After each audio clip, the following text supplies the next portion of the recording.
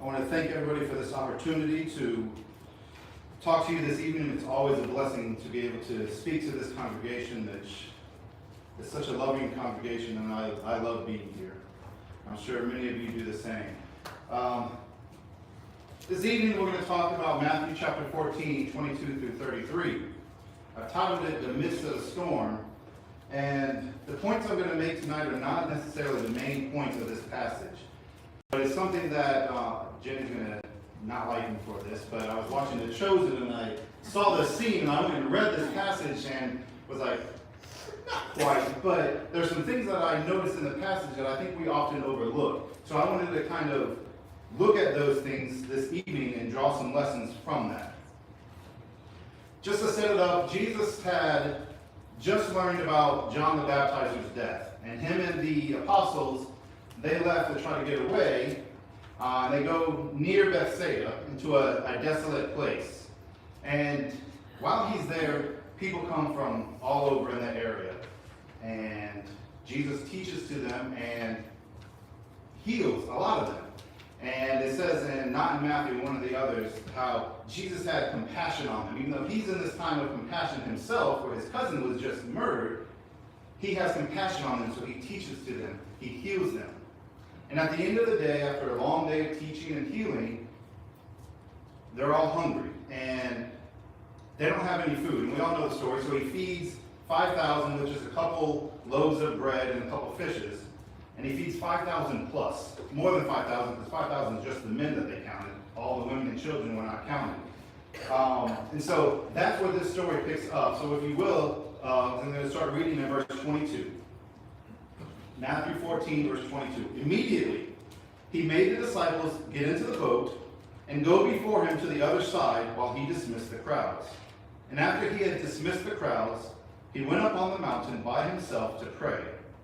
When evening came, he was there alone.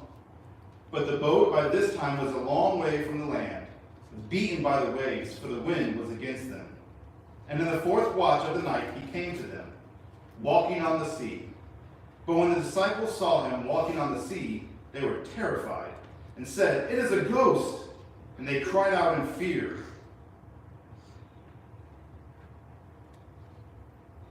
So Jesus sends the apostles, it says here, after feeding the 5,000, he sends the crowd away. He sends the apostles, all right, y'all go ahead and go across. And John tells us it's Capernaum that they're going to. Across the sea, go ahead and go to Capernaum. I'm going to meet you there. Jesus says, I'm going to go up on the mountain and I'm going to pray. And so Jesus goes to that mountain. The apostles leave. They get in the boat and they start rowing. Many of them are fishermen, as we know. It's something they're very used to. I want you to pay attention to the time markers here. I think this is one of the things that we often overlook. It says, when evening came. So evening, sun's going down, 7 o'clock, 6, 8, somewhere around that time frame in the evening. So sun is setting.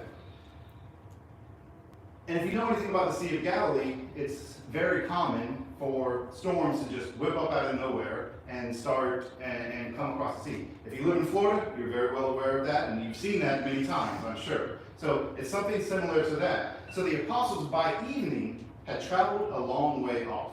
They're far away from shore. They're nowhere near the shore. And Jesus, again, is on that mountain praying alone. And then it gives us another time marker. And it says in the fourth watch. The fourth watch is basically right before sunrise. So when they leave, it's just before sunset. Now it's just before sunrise. So from the evening to the fourth watch is basically the time frame that we're looking at here. From sunset to sunrise. Jesus has been praying on this mountain alone for something about 8, 9, 10 hours. That's how long he's been up on that mountain alone praying to God. Hours upon hours. Basically the entire night he's been up there praying to God alone. But what else has been going on during that 8, 9, 10 hours? The apostles have been fighting wind and waves, rain and the darkness for 8 to 9, 10 hours. All night long, they've been fighting that boat, rocking back and forth, trying not to get turned over, trying not to capsize, getting buckets and trying to throw the water out of the boat. For 8+ hours, they've been fighting this nonstop. Terrified, I'm sure, that they're going to lose their life. Terrified of drowning, because it's dark.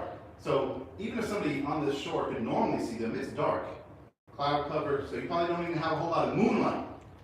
Nobody's going to see them if they capsize and they're in that water. No one's going to see them.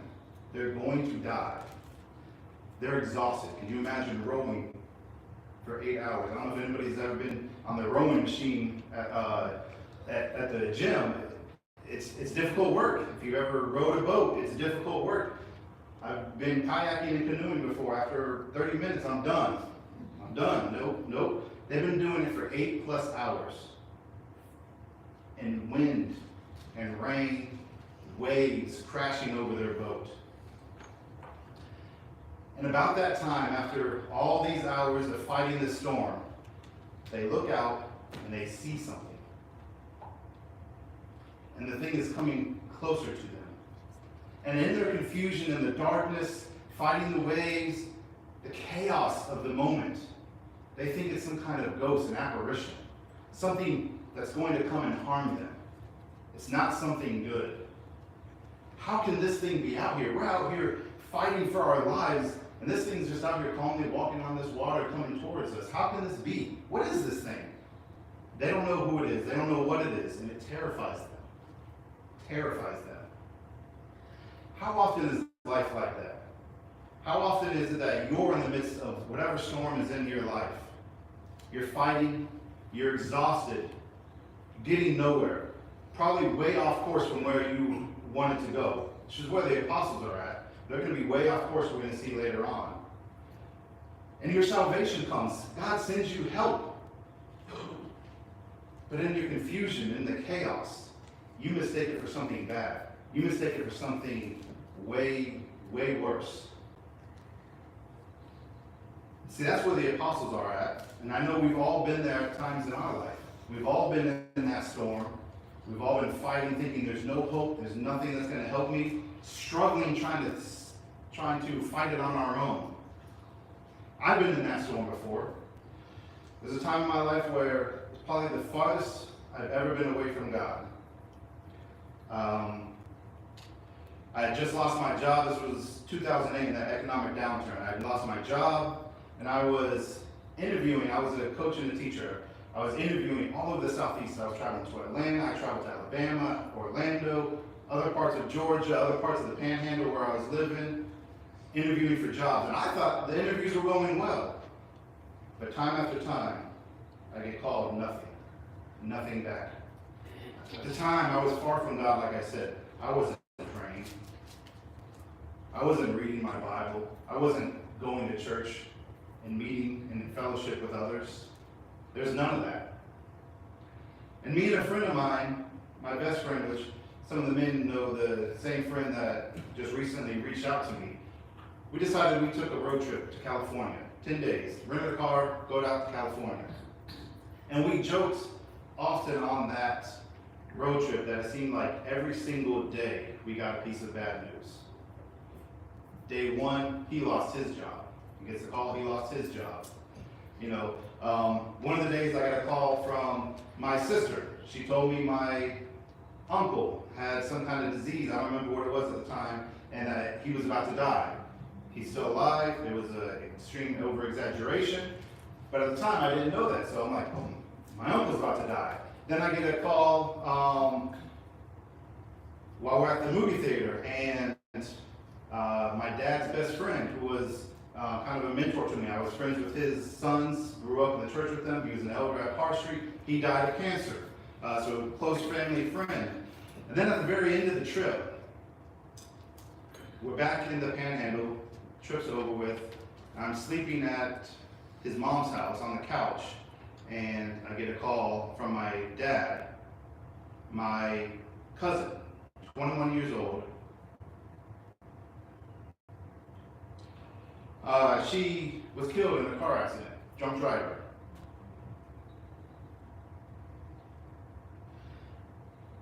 I was in the midst of that storm. There was nothing that seemed to be going right. Couldn't get a job. Death was surrounding me all around. And then I get a call from a coach in Orlando, from the where I went to school. He wasn't my coach, but I knew of him, and he knew of me. Offers me a part-time job to coach freshmen. I came from coaching varsity, full-time job. So it's a huge step down. I'm 27 years old, and my parents are like, yeah, you can come back and live with me. It's humiliating. And, you know, for some of the youngsters today, that's not quite as humiliating. My generation, it's a little bit more humiliating. You're 27 years old, living with your parents, part-time job, can't pay your bills and stuff and things like that. And at the time, just like the apostles, they see Jesus coming. They don't know it's Jesus. They see Jesus coming, and it's a ghost, it's an apparition, it's something terrible. I saw this as something terrible at the time. It was bad. Humiliating for me. But it was the best thing that ever happened to me. Because if I hadn't gone back to Orlando, I would never meet my wife. I would never come to this congregation that I love so much. I would never have come down here. I would never have met all of y'all. I grew so much spiritually because of that move in Orlando. Here, I grew so much closer to God. I have 3 beautiful daughters because of that.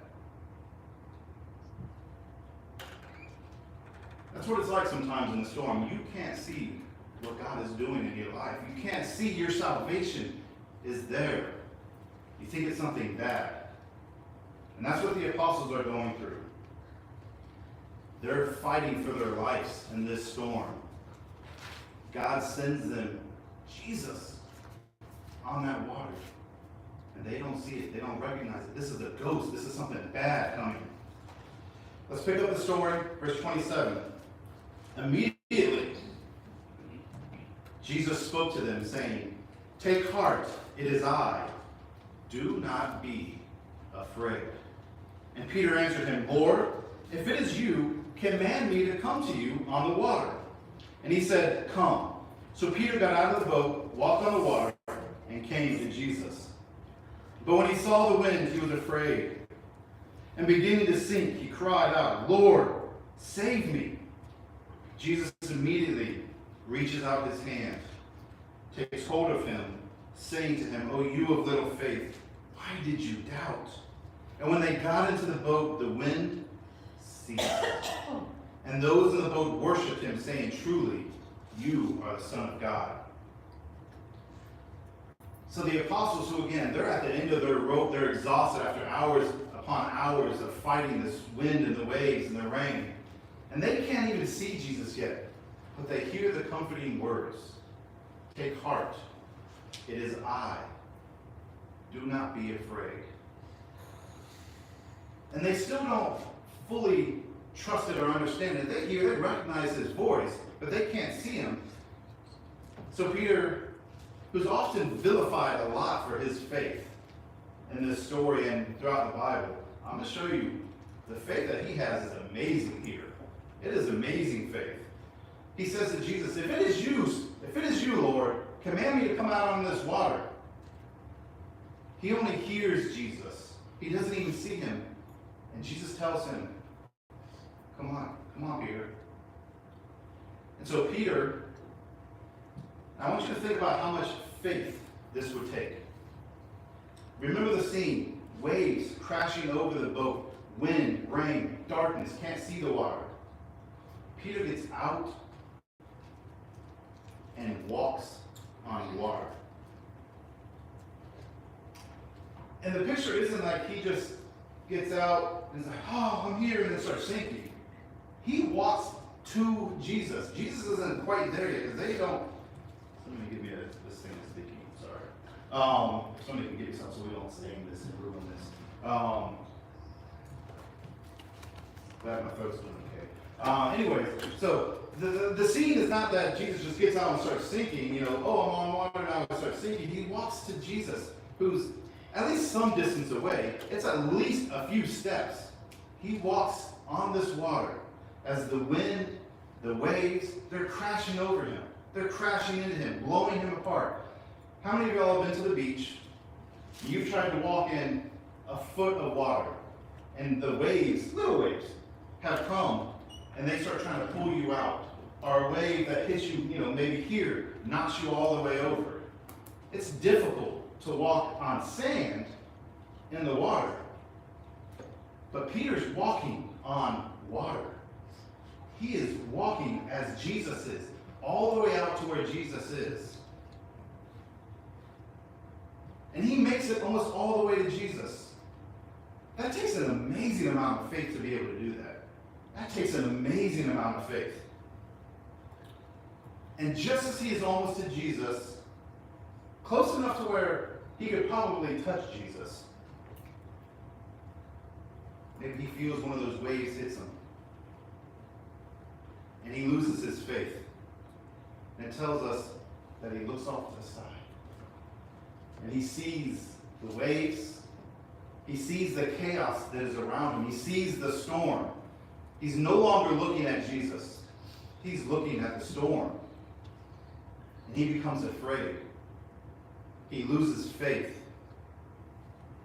And he starts to sink. He takes his eyes, notice that imagery. He takes his eyes off of Jesus. He looks at the chaos around him. And that's when he starts to sink. He becomes terrified. Starts to sink. Now the waves are crashing over him. And he cries out, "Lord, save me." How does Jesus respond to this? As Peter is sinking, he's lacking faith. Does Peter chastise him? "What are you doing? Get out of here." Jesus reaches out his hand, grabs him, holds on to him, some of the texts say, grabs onto him, saves him from the waves.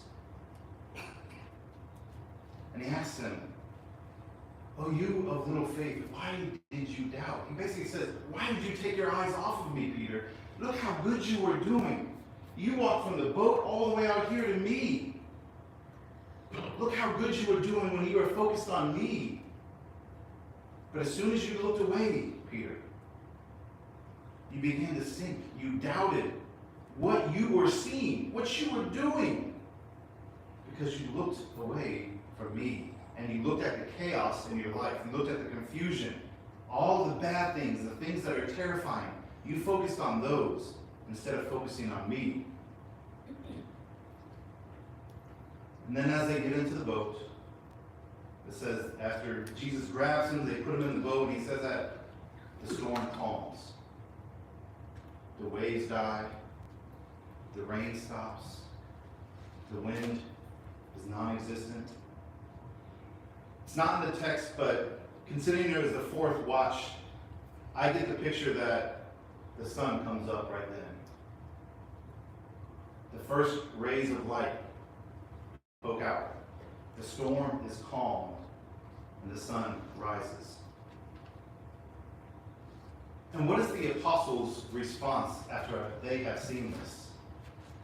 They've seen Jesus walking on water in the midst of a storm where they can't even row a boat. They're struggling for their life. They see their friend get out of the boat. They see their friend walk in that same storm on the water. These are amazing things to see. But then they see Jesus get into the boat with them, and everything just stops. Everything is still. What is their response? They say, "Truly, you are the Son of God." They recognize Jesus for who he is. They recognize Jesus has been their hope all along. Even when they didn't recognize him in the water, and he's walking towards them, and they think it's a ghost, he is their salvation. And they recognize that. They recognize that he's the only one that's going to save them. He is the one who saved them from the storm. He is the one that can do that. He and his strength is the only one that can save them, and they recognize that. That's the picture here. After hours of struggling, in the midst of the storm, they hear their Savior's voice, and they turn to him for strength. After hours of struggling on their own, trying to use their own strength, they turn to God. And that's amazing faith as well. All these things have been going on, hours and hours, fighting, rowing, fighting for their lives. They see how powerful our God is. They see what Jesus can do and save. I gotta ask you, if you were in Peter's boat, or if you were in Peter's shoes, or any of the other apostles' shoes, and you've been fighting this storm for hours, would you get out of that boat? I can't say that I would. I've been in a storm before on a boat. It is terrifying. And I had a motor on there. I wasn't rowing like they were. I had a motor going through those things. A boat much sturdier than they are on. Probably a storm not near as bad as the one they're facing. It's terrifying. Seeing the little water funnels all around you and lightning and the wind and the waves, it's terrifying. Would you get out of that boat and have complete faith and trust to get out and walk on water in the midst of a storm? Waves crashing over you. Don't ever doubt the faith that Peter had right here to get out of that boat and walk. Walk towards his Savior. And I want you to notice how easy it is to get distracted and take our eyes off of Jesus. I want you to notice that with Peter here. He's walking on water. I can't emphasize that enough. He is walking on water in the middle of a storm. He is doing it. And then he looks off to the side. It's very easy to get distracted. No matter how faithful you are being, it's very easy to get distracted and look off. Take your eyes off of our Lord. Take your eyes away and fall. It's very easy to do that. To remember all of a sudden, look at all the danger around me. Look at everything that's going around me. And no longer your focus is on Jesus, but it's on all the bad things that are surrounding your life. It's very easy to get distracted like that. But when you do, look at the example of Peter. When we do lose faith in this storm, just call out to God as Peter did. Just call out to him, Lord, save me. I'm in it right now. The waves are crashing over me. I need your help, Lord. Please save me. It is never too late, even when you're sinking and you're without hope. And we need to recognize that it is only the Lord's strength that can save us. Remember, there's 12 people in this boat. 12 strong men who are grown-up fishermen. They've probably seen these things in their life. They've gone through it. They spent their entire life on that water. And they're terrified. They've been using their own strength to try to get them from point A to point B. They've gone nowhere. They're going to end up at point C, way south of where they intended to go. And the storm's going to push you off of wherever you think you're going. We need to recognize that it's only God and His strength that is going to see us through that storm. No matter how long we struggle, no matter how strong we think we are, if we fight that storm alone and try to get through it by ourselves, we will fail. It is God's strength, as we see in this story, that will see us through that storm, that will calm the storm. He'll end the storm. He'll end the trials. He'll end the things that we're going through. And He'll get us to another point. It may not be the point we wanted to go, or we thought we were going to, but it's going to be a point that He'll get us through. Only God. And when He has saved you, there's only one reaction. It's to praise our God. It is to get down and worship Him. Truly, you are the Son of God. Truly, you are our Savior. Complete faith in Him. And there's two things I want to look at as we close the lesson. Two applications I want to look at. The first, Relying on our own strength to navigate the storm is going to get us nowhere. For 8, 9, 10 long hours, all through the night. Remember, in the evening it said they had already gone a long way off. The Sea of Galilee is not a huge sea. You call it a sea, it's more like a lake. It's not huge, so if they've already gone a far way off, I've seen some estimates that say to cross it at least halfway there, probably, if not more, by the time that storm comes. And they're fighting, rowing as the wind and the waves crash over them, going nowhere. The storm is beating them down to where people who were born and lived on the sea their entire life, fishermen, are scared of their life. And they're relying on themselves. They're relying on their strength, on their wisdom to get them through this storm. And the storm will beat us down if we rely on ourselves. The storm will beat us down. It will whip us. It's going to, if we rely on ourselves. 1 Corinthians 1, 24, 25. But to those who are called, both Jews and Greeks, Christ, the power of God and the wisdom of God. For the foolishness of God is wiser than men. And watch what it says here. And the weakness of God is stronger than men. Isn't this a perfect example of that? 12 strong men fighting for an entire night, trying to get to the shore, trying to get to their destination, getting nowhere. Strong men. Jesus, one person, walks on the water.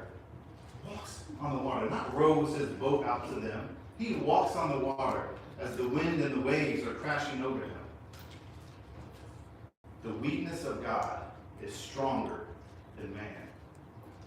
God can walk on the water that we can't row on. What an amazing example. No matter how strong we think we are, God's weakness is stronger than that. It is his strength that can fight through for us. God is the only one who can defeat that storm. We have to trust and rely on the strength of God. Trust and rely on his strength, because it's the only thing that's going to defeat the storm for us. It's not our own, it's his strength. So when we are in the midst of the storm, and we've been fighting for hours, days, weeks, years, decades, and whatever the storm is, it's him we need to go to in prayer. God, I'm in this storm. I need your help. I need your strength. It's his scriptures we need to turn to. Completely turn our eyes to Jesus, because that's the only way we will get through the storm. It's complete reliance on God, his strength, his word. Keep our eyes on him. Number 2, it's never too late to look to God. It's never too late to turn to him. We see that with Peter in the story. He shows amazing faith, gets up, gets out, walks on that water. Doing great, doing amazing. Gets all the way out there to Jesus. And then looks around, and his faith falters. He becomes weak. He starts to sink. Who does he turn to? Who does he cry out to?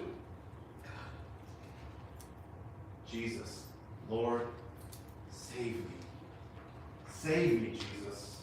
The waves are crashing over to him. It's Jesus he looks out to. Even in his darkest times, when he surely thinks he's about to die, he's in the storm with no lifeboat, no life vest, sinking as these waves are crashing over him. Lord, save me. He knew Jesus could save him. No matter how much his faith had failed him, he knew that Jesus could save him. And there's going to be times when we are weak like that. There's going to be times when we look off of Jesus and we look at the storm and we look at our lives around us and see everything is failing. Nothing is working. Nothing's going as we planned. deep in sin. How could God love me? How could God save me? He can and he will. Lord, save me. That's what we read yesterday in our men's study. I keep my eyes always on the Lord. Psalm 16, verse 8. I keep my eyes always on the Lord. With him at my right hand, I will not be shaken. If we keep our eyes on the Lord, no matter how weak we are, no matter how weak we become and how much we lose faith, he's there. He will give us strength. It's him we need to cry out to. Lord, save me. So when you are in the midst of